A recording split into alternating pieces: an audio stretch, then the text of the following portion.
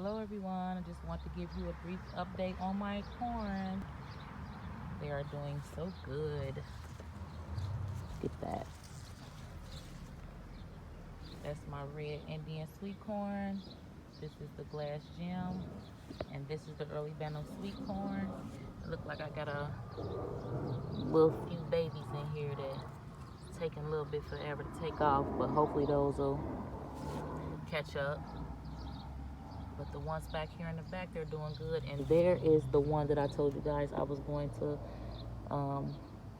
germinate another seed where it didn't anything grow right there. So that's another early Bantam sweet corn that I grew like about 3 weeks after I grew these. So that is definitely going to be the last one to be harvested off of. But my corn is doing such a great job. I'm so excited and thankful.